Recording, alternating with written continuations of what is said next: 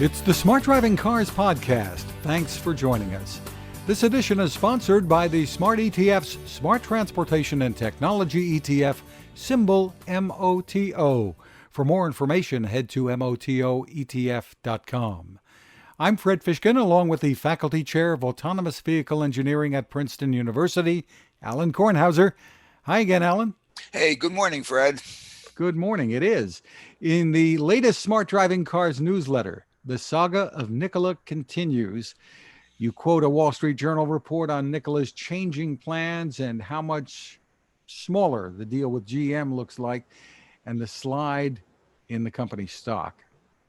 Well, yeah, I mean, I guess GM kind of looked at it and said, whoops, maybe we didn't do all of our homework on this one, and we're moving on. And my goodness, I guess the lipstick on that one kind of wore off, and GM's moving on.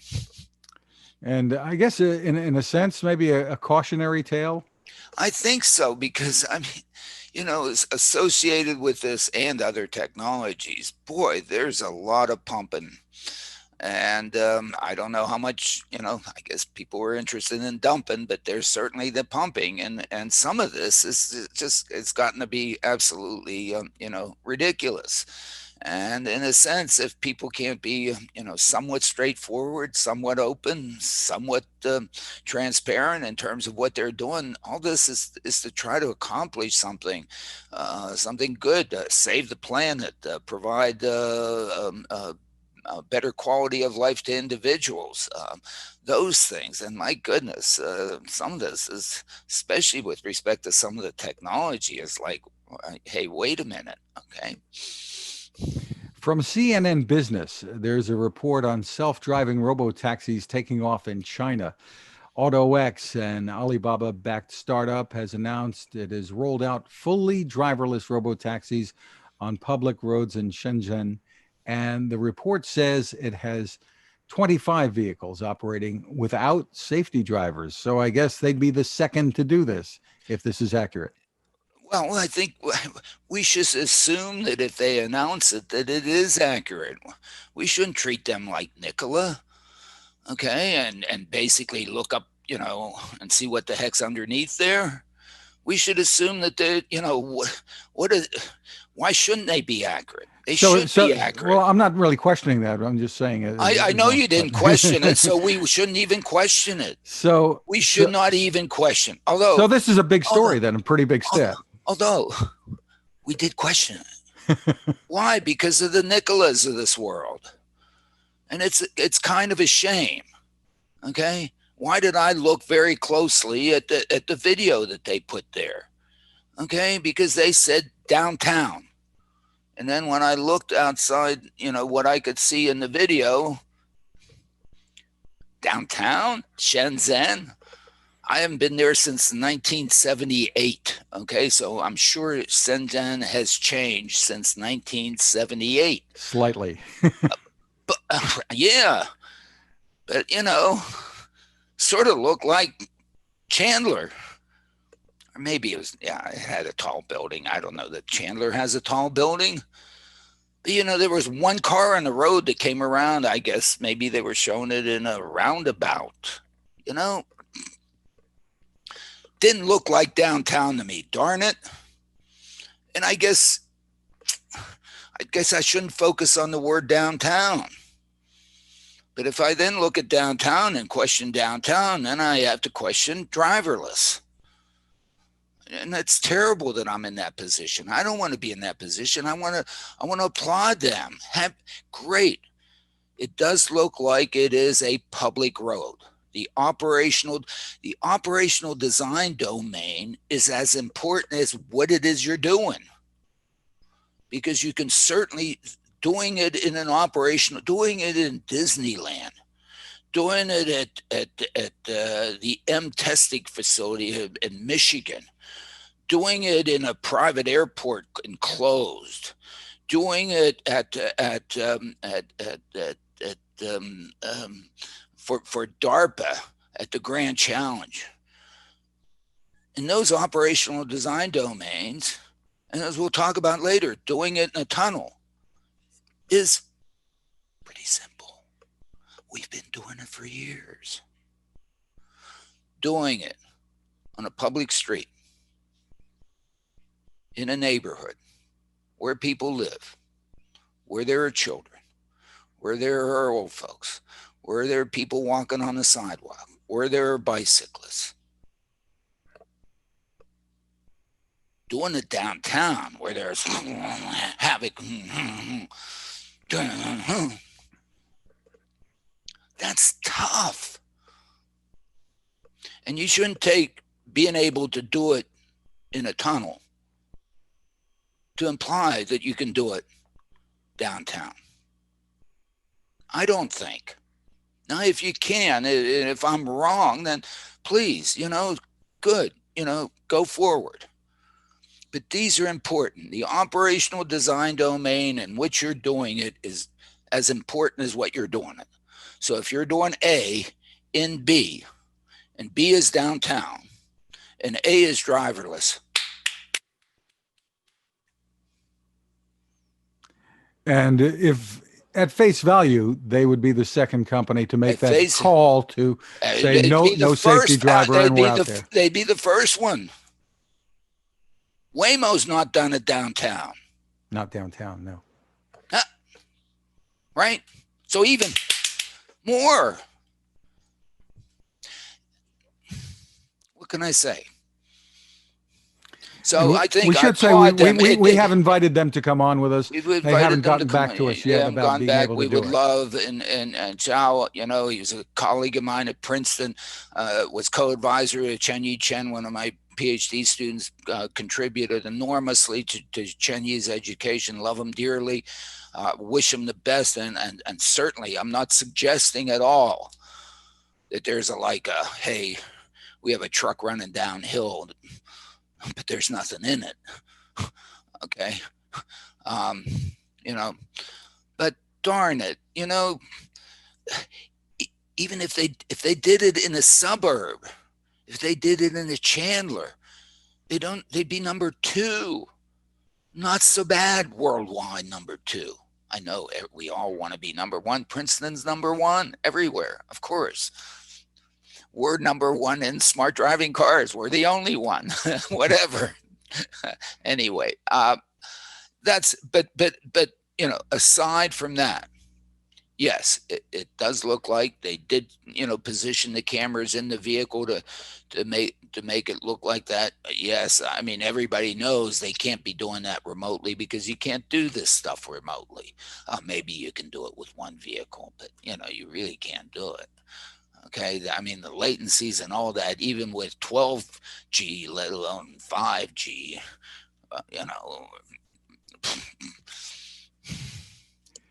From ARS Technica, Alan, Luminar founder Austin Russell has become one of the youngest self-made billionaires after his LiDAR company went public.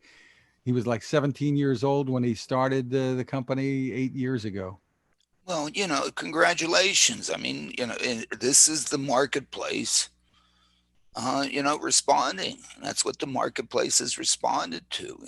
Yes, LiDAR could be important in all this stuff. And yes, his approach to doing it, greater range and so on, and pull it off and for whatever, price, whether, so it looks like there is substance and congratulations there. That's the marketplace responding. And I guess it highlights there's still an awful lot of opportunity out there in this space.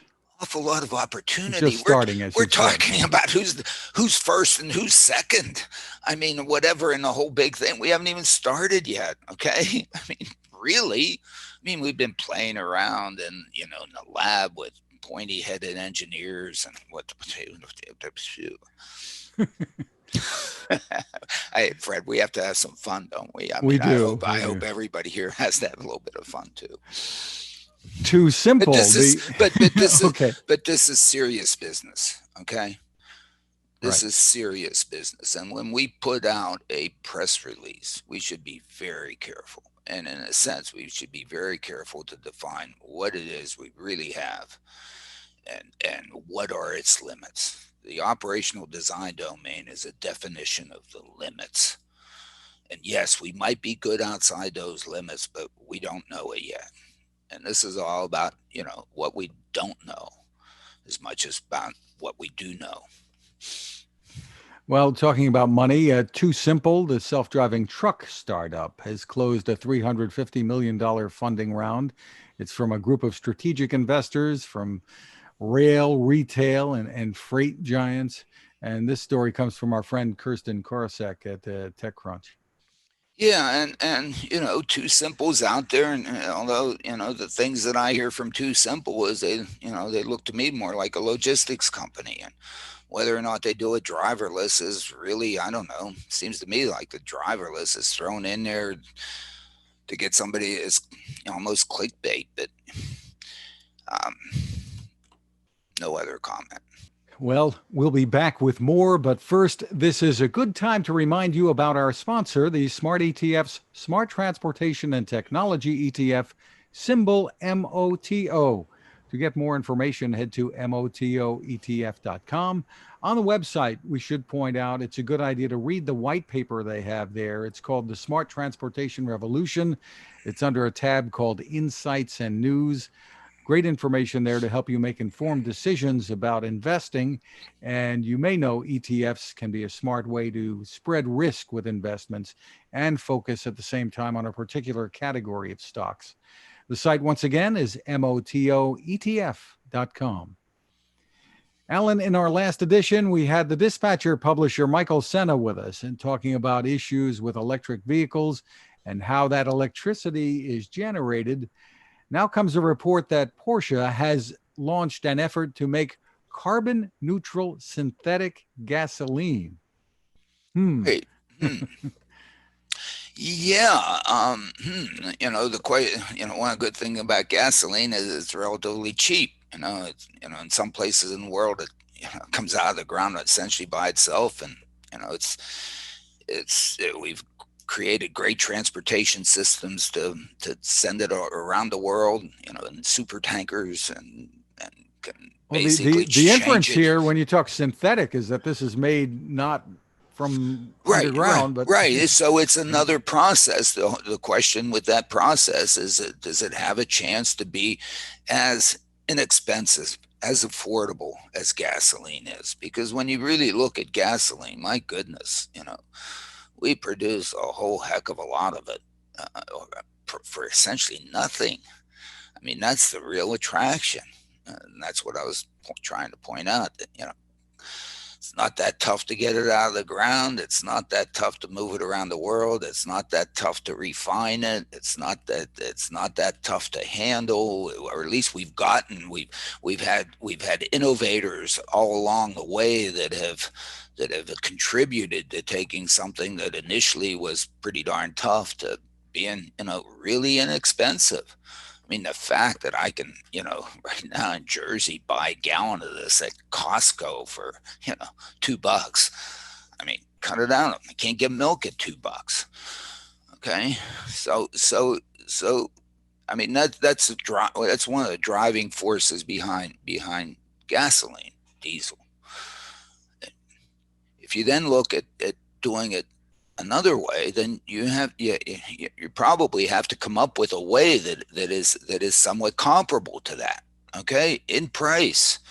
So if somebody can come up with a way to come up with something that in fact solves the environmental issues associated with gasoline at about, maybe it can be $3 a gallon, you know, including the taxes that all the politicians want to throw on top of it. Well, taxes that are appropriate to pay for the things that you end up having to pay for. So, please tax it.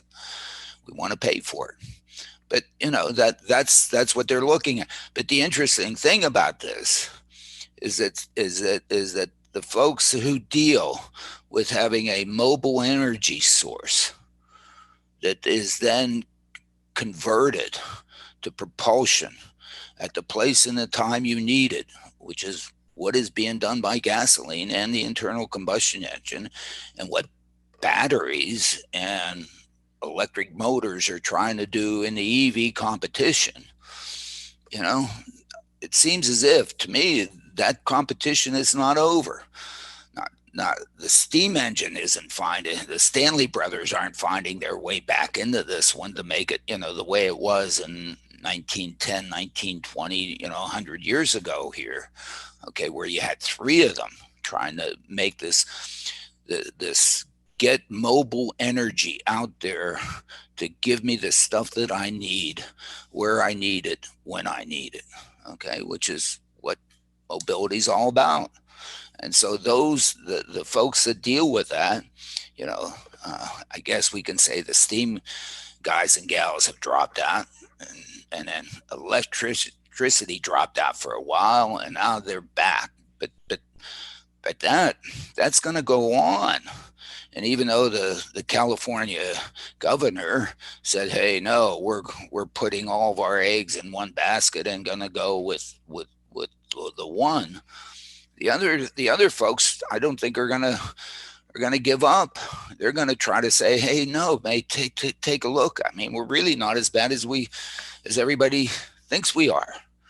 And one of the ways to do that is, hey, if you make the stuff that is actually contains the energy that you can just put in the tank and then have it move around with you and use it as when and where you need it, and can make that so it doesn't, so you save the planet at the same time. Beautiful. So I think that is what Porsche is, and other folks are doing on the internal combustion engine. Who knows? It's not only the design of the engine, it's what we're burning and it's how we're burning it. And we should probably have Fred Dreyer on here, and he'll tell us exactly how it's burned and exactly how you should burn it. And we should, but that's the key. So that's what they're going for, and go for it. Keep working. It's nice. Competition is good. It is, and we'll have to see where that leads. The EV proponents would say, but EVs, electric vehicles, are so much less complicated than the internal combustion engines. But the complicated, complications, repair costs, complication, is sort of lines up with costs. But if you can make complicated things cheap, or as cheap, or cheap enough, who cares complication? So, I guess. Along these lines, you put in the newsletter something that dates back to 2011 with a headline, "Emissions Test, Car versus Truck versus Leaf Blower." I want this synthetic gasoline for my leaf blower. Yeah, well, of course, Ken Pyle sent it to me, and it's a good thing to put back into this thing, and to say, especially it's a design of the engine as to whether two-cycle engines. One of the good things that the Clean Air Act of 1970 did, it was basically said, get the heck away from two-cycle engines. We've known that they're bad for a long time, but then there are the 4 cycles and so on, and all the designs. And then, of course, when you look at it, if you look at the whole business of, saving the planet, where does the stuff come from? We have the problem with cows. We know we have the problem with cows. We know we've known we have a problem with 2-cycle engines. And then when you look at the 4 cycles and where you put them and the kind of things you use them on, my goodness, the automobile industry has done a really good, I have to say, a really good job of competing here, saying, hey, we've got the government is out there beating us over the head, and we can, the public sector, we can make this stuff cleaner and cleaner. They cheat along the way, which is totally, the Volkswagen thing, it's as bad as Nikola or worse, or I don't know, but it's, come on, be open out there, be truthful, quit faking it. In the end, you're going to get caught. Well, we've reached the boring portion of our podcast. Elon Musk's Boring Company has released the first images teasing its first passenger station in Las Vegas. The plans are to connect the convention center, which we know so well, with casinos on the strip, eventually creating a loop throughout the city with Tesla's autonomous vehicles providing the transport in the tunnels. Another one.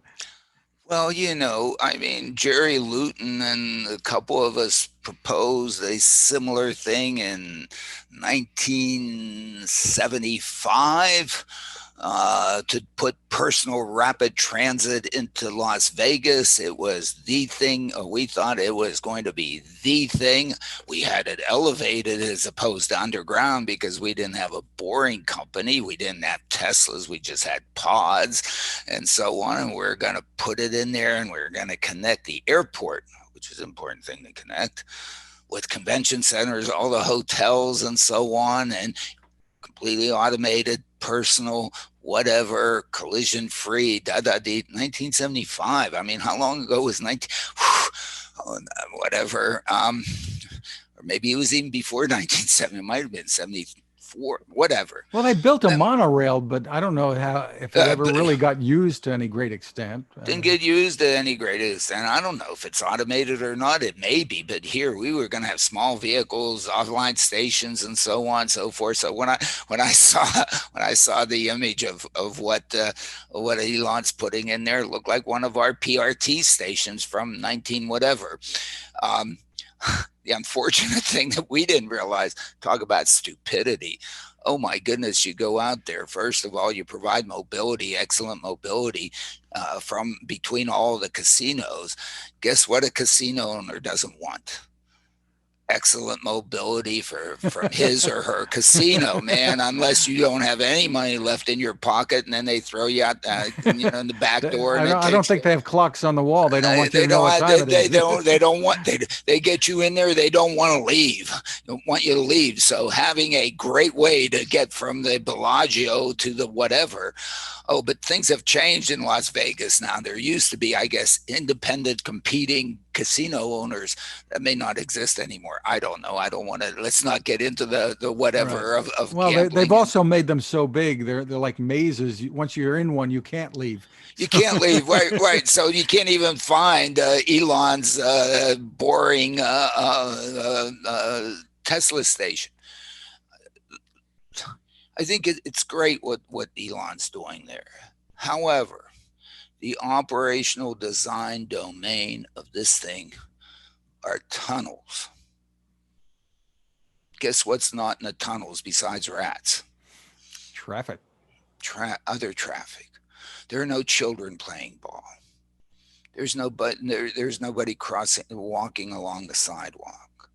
There are no people who basically sit there and drive their own cars and misbehave when they're driving in the same place and text and fall asleep and have something to some adult beverage and are out there competing with you in the tunnels. So yes, it is great what Elon has done. But you need to pay attention. Again, driverless, wonderful. Operational design domain, a tunnel. Thinking that tunnel, you can do this in a tunnel, even suggests you can do it down Cleveland Lane in front of the house here. No. Well, I don't know. No, but don't even think about implying it. Really. But anyway, I think it's great. It's wonderful. Whatever. If we ever get to Las Vegas again, want to do it. I can't imagine what 220,000 of us or however many of us go to CES, all of a sudden run in there and I mean, the way we queue up at the airport for taxis, can you imagine the queue waiting for one of these things to get into it to go? I mean, I've never. Wonderful. Hey, it's a start. It should be called a start. It should be looked at as a start. We should look at how we learn from this and take it to the next step. Interesting. And maybe the Consumer Electronics Show will be back in its regular form. It's virtual this coming January. It is virtual this coming January. What are we going to do? Okay. I mean, that's where we are. The Alliance for Automotive Innovation, which represents most major automakers, is asking federal policymakers to create a new vehicle class for automated vehicles and wants states to follow similar guidelines. Where have I heard this before? Well, I guess I and probably a lot of other people also, or I think maybe not, I don't know. This is different. Okay. And we can maybe put an asterisk on all the things that NHTSA does and all the things that the commercial vehicle does and, all that stuff. I think it's different enough that it deserves its own. Okay. FAA is not in FHWA. Okay. NHTSA doesn't oversee safety in pipelines. Okay. I think. Well, they might in Elon Musk's pipeline, but that's yeah. Touche. Yes. Yes. But so I think all that is I think it's important. I think it would help. Also, this is something you've been talking about for some time. Yeah, I've been suggesting it, and it's nice to see that others are also looking at it.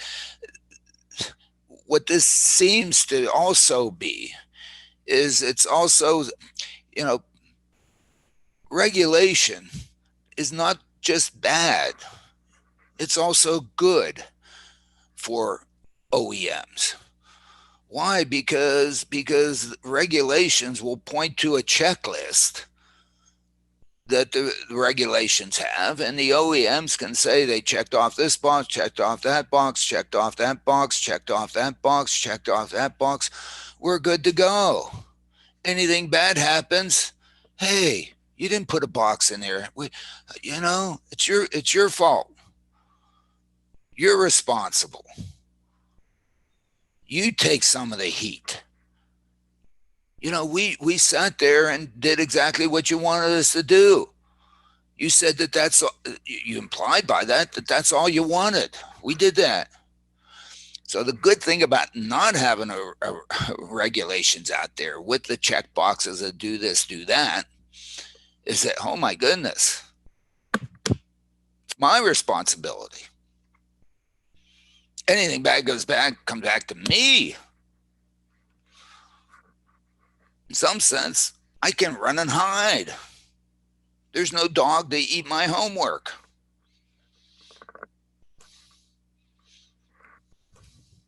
And I think that's where we are. It's really interesting because regulators in this area need separate skills, very different kinds of skills and knowledge to be able to do their jobs. Well, but they're extremely brilliant, bright people.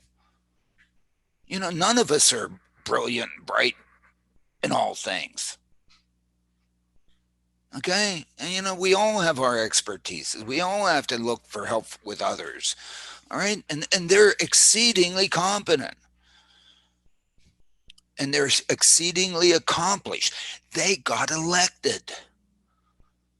They got chosen by the people to do this. I mean, come on, that's a heck of a hurdle. And, that's a heck of a hurdle. And in a sense, as long as we're going to be, democratic or whatever the heck we are here, then in fact, that's the hurdle you have to accomplish. So you accomplish that. Almost by definition, you are competent. There's one little asterisk, but we won't talk about the asterisk. But let's move on because otherwise it gets ugly. You'll get in trouble, Alan. Yeah, I'm going All to right. get in trouble, so I'm All not going right. to talk about it. Well, But I would love to. Never mind. moving on, the CEO of Cruise, the self-driving subsidiary of GM, is being quoted as saying the self-driving car market is worth literally trillions of dollars. Cruise plans to begin testing in San Francisco this month with fully unmanned vehicles. And the CEO of Volkswagen said something in the last day or so as well, talking about getting automated vehicles, fully self-driving vehicles out there for people by 2025 or something along those lines. Yeah, well, I mean, Adam Jonas has been saying that for a long time. Chunkamui's been saying that for a long time. A lot of folks, you can imagine that SoftBank has believed that for a long time. And so, yeah, yeah, look, if it has the opportunity to provide mobility affordably to essentially everybody, because the operational design domain, once you get it, it might in fact be almost able to do almost all. The places where we can drive today. The places where we can drive today. Fog? No. Okay. Snow that's X feet deep? No. Unless it's plowed. Okay. Hurricane Sandy? No. Those aren't the things that we're trying to solve. Nobody's trying to. I mean, I hope not. I hope if SoftBank invested in anybody's trying to. I don't know. I mean, throw them a couple nickels or something. But come on, stay home. The rest of it, maybe. Even the downtown Shenzhen. Okay, you do that. You should be able, if you can do it affordably, means your costs are really small. You should be able, because of the quality of the service, charge something such that some amount goes into your pocket. You do that. I don't know. Talk to me. I thought that was, fundamental to capitalism. Uber, according to The Verge, Alan, will sell its flying taxi business. I didn't know it was really in business yet, to a startup called Joby Oh, geez. Aviation. Oh, that was nasty. That was nasty. Am I that nasty, Fred? I'm not that nasty. Go ahead. Yeah. So this is Uber shedding the flying vehicle business, apparently. Well, I guess we can't get the driverless autonomous taxi business on the ground running. I mean, we sort of have a number one, and we're looking for a number two. I don't know, the air tag. It would really be nice if we could do it really cheaply, really whatever, and do it. Yeah, and there's a essentially when you go three-dimensional in space time, you have a lot of space to do this. Absolutely. The question is, can you do it affordably? Okay. One of the affordablies that really helps us in the driverless car business, in my view, fundamental affordablies, is one, we already have the infrastructure to do it, which is roads. So if you're doing it in air, somebody's going to say, well, we have air and that's free. True. So we're even there. Problem is that with roads, we have wheels versus Bernoulli. Okay. And so far, wheels have beat Bernoulli. Okay.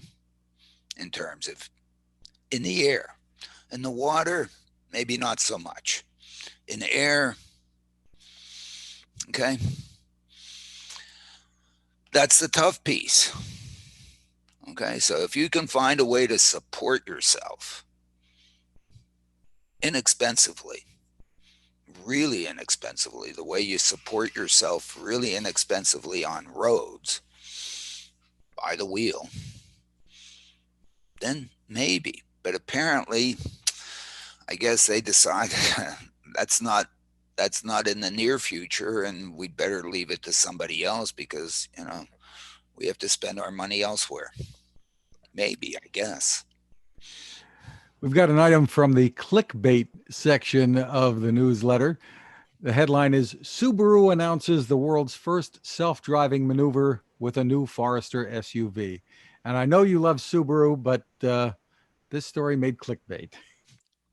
I don't know. I mean, they talk about merging with 5G and V2X or V to V communications. I guess 5G V2X communications. On the on the 10th Sunday of March or something. Yeah, it's a first. Okay, you put enough conditions on it, you get a first. Seems like people have done the merge situation without 5G and without V2X. Driverlessly. Anyway, I don't know. I whatever. That's why. SoftBank is involved in this, and of course, they've been involved with mobile communications. They're involved with everything. Yeah. I guess people are trying to sell 5G and sell vehicle V2X communications, and I guess you're going to want me to wear one of these things. Maybe I'll get it implanted on my shoulder or something like that. Well, I'll get that before I get the vaccine. Which will I get first, the vaccine or the implant? It's beyond me. I'm just, Elon's got your implant coming too, but that's another story. I guess. Yeah, no, I can't wait. We're worried about doing the distribution of 7.8 billion issues of the vaccine, one for every individual on the planet, and I guess it should be one for every. I mean, no, it should just be for me. We won't go there. But yeah, and Elon wants to implant. Whatever. Alain, the fourth annual Princeton Smart Driving Car Summit is coming together. Tell us about the plans. Talk about clickbait. I mean, we've been pushing this thing for some time. People saying, "Well, you weren't very transparent on this thing. Now you've delayed it even another week." Yes, we have delayed it yet another week. We get started on December 17th. We are committed to do this. I think it's taken us, I don't know, my hope was that we could end up doing it live before the end of the year. I mean, come on. I mean, it's that. Well, the format's very different. Tell us about the format. And we've decided to change the format. Instead of bringing people to Princeton for 2.5 days, and having a hold of them and being able to really herd them and keep them together. We're doing it virtually, trying to keep somebody grouped together for 2.5 days is asking an enormous amount. So what we've decided to do is spread it out over time, and spread it out over 1.5 sessions. Over time. The first one is on Thursday, December 17th, in which I will set the stage for what we hope to accomplish for the next 15 or 16 sessions that we will have starting on January the 7th. Going weekly at the same time. So we're going to ask for folks to, instead of come together at Princeton for 2.5 days, come together with us on Thursday at the same time over what will end up being a total of 16 sessions. The first one, as I said, starts a week from the coming Thursday on December 17th. And what we look to have, the format is Zoom, live, ability for the audience, some of which, handful, those that are most interested, 2 handfuls, be able to interact with the moderator and panelists. So we will have a situation in which the moderator will set the stage for the topic of the day. The panelists will then put their views on that topic. We're looking at things for which we don't have the answer. we have the answer, but all these things are still works in progress. And so it's not that we're feeding a bunch of information out to the audience. We're out there really trying to define the problem. We think that if we do a better job of defining the problem, then the solutions will emerge and emerge from the audience and emerge from the participants. So that's the format that we're looking to achieve over the following 15 sessions, which will have a focus. So while here on the podcast, we deal with the things that have percolated up the news, whatever that is, in the previous week, here we'll be focusing on specific topics and Issues, yeah. issues and specific issues, and the issues in this, we will break them down into two fundamental thrusts. The one of the fundamental, both of them sort of have this automation of the vehicle as part of its entity, but the two thrusts will be on what I think are the two markets for this. The one market is how do we improve the safety, really improve the safety of the cars that we currently buy today and use today as we use today. So basically, this is all the automated driver assistance functions that go into the vehicles that we buy today. What are they trying to do? What do they really do today? What do they tend to cost? How could they be made better? It's my and a number of other people's contention that, in fact, if one looks hard at safety and the issues of safety, the issues of safety really boil down to us misbehaving. Okay? It's not just an error. It's us misbehaving. And what the issues we're going to be focusing on is how do we put an overlay on our misbehaviors as we're driving, okay? So that those misbehaviors don't cause any havoc, don't cause a crash, okay? Sure, we've been able to put a speed limiter in cars for some time. Nobody's wanted to buy one. That's why nobody's put one in there. Well, maybe we don't need a speed limiter all the time. We just need a speed limiter at the right time. Okay, or something that if in fact you misbehave and start speeding and it's going to cause some problem, it comes in there and says, no, cool it. Okay, and then once you've cooled down, lets you do it again.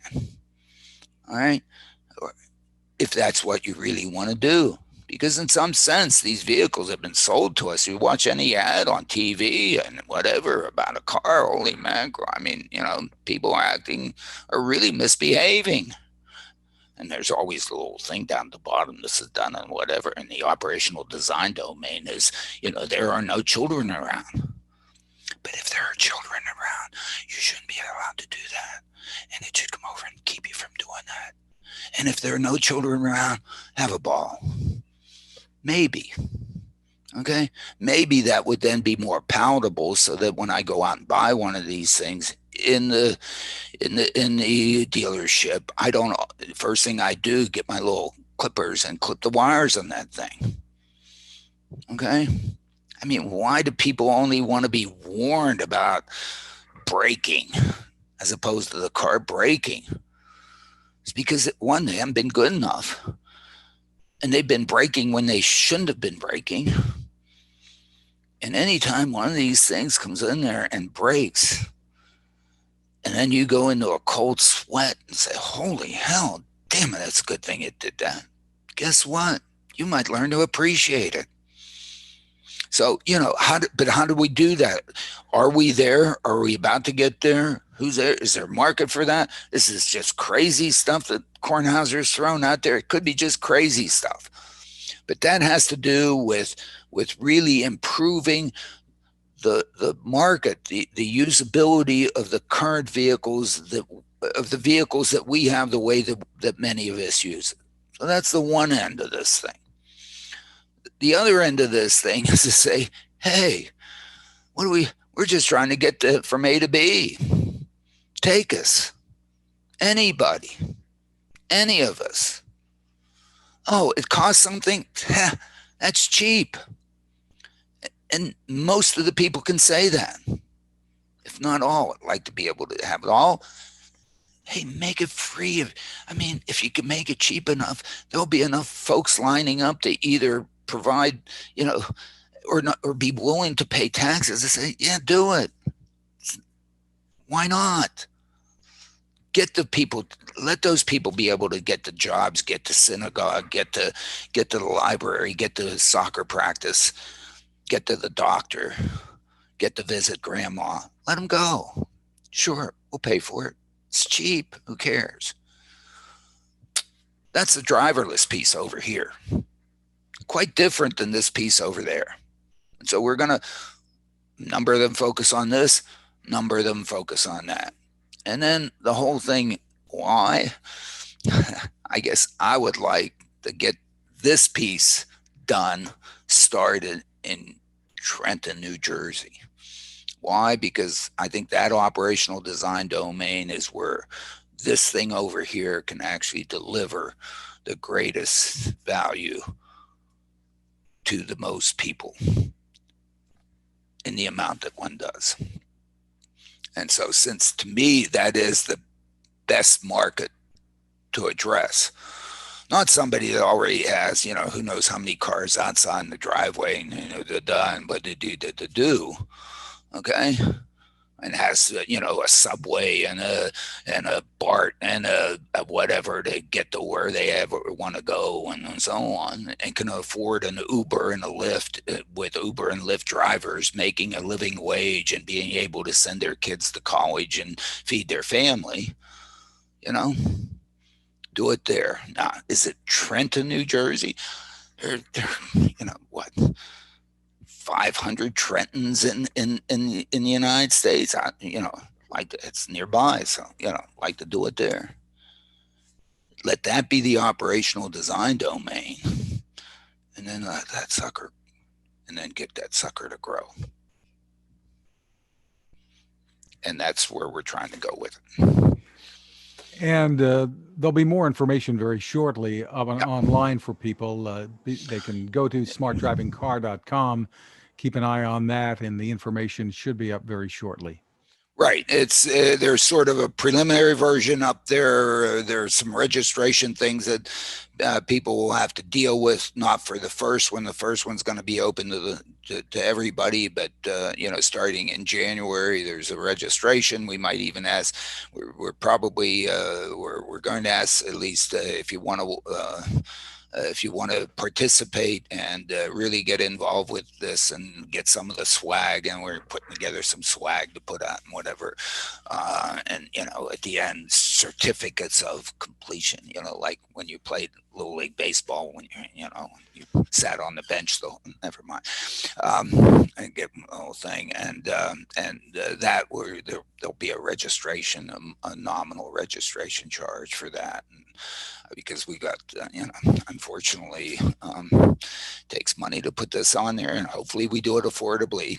And if it's not affordable, then they should certainly contact us. I mean, we can fix. You can make it happen. We can make it happen. Okay. I mean, seriously, if it's not worth a few bucks to you, you probably shouldn't participate, or you got better things to do. So whatever.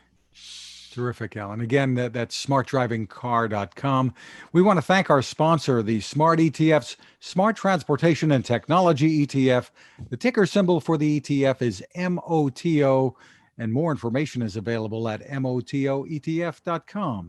Again, the website for us is smartdrivingcar.com.